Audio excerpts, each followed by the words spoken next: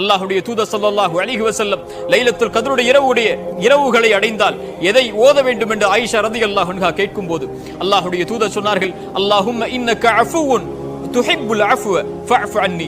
ஆயிஷா இதை ஓதுங்கள் என்று சொன்னார்கள். அல்லாஹும்ம இன்னக அஃபுவுன், யா அல்லாஹ் நீ பாவங்களை மன்னிக்க கூடியவன். அல்லாஹும்ம இன்னக கஃபூருன், யா அல்லாஹ் நீ பாவங்களை மன்னிக்க கூடியவன். இந்த இரண்டும் ஒரே வார்த்தை தான், ஒரே பொருள் தரக்கூடிய வார்த்தை தான். அந்த இரண்டு தன்மைகளும் அல்லாஹ்வுடைய தன்மையில் வேறுபட்டவை. கஃபூர் என்றால் அல்லாஹ் பாவங்களை மறைப்பான், அல்லாஹ் பாவங்களை மன்னிப்பான்.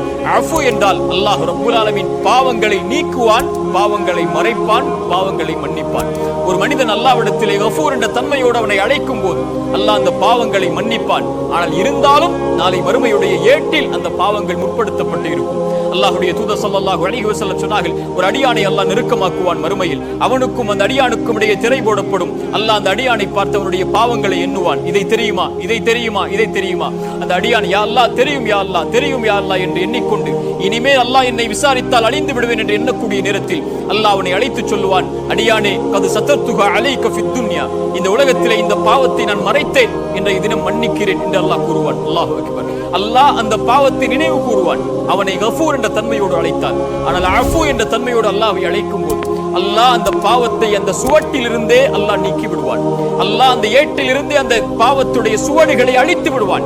அவன் செய்த பாவம் நாளை மறுமையில் முற்படுத்தப்படாது. அவனுடைய புத்தகத்தில் அவன் படிக்கும் போது இருக்காது.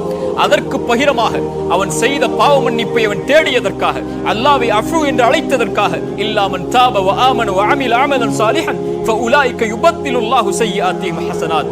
அவன் செய்த பாவங்கள் அனைத்தையும் அல்லாஹ் நன்மைகளாக மாற்றி அந்த புத்தகத்திலே பதிந்திருப்பான். யா அர்ஹமர் ரஹீமீன். அல்லாஹ்வை அழையுங்கள் மன்னிப்புக்காக.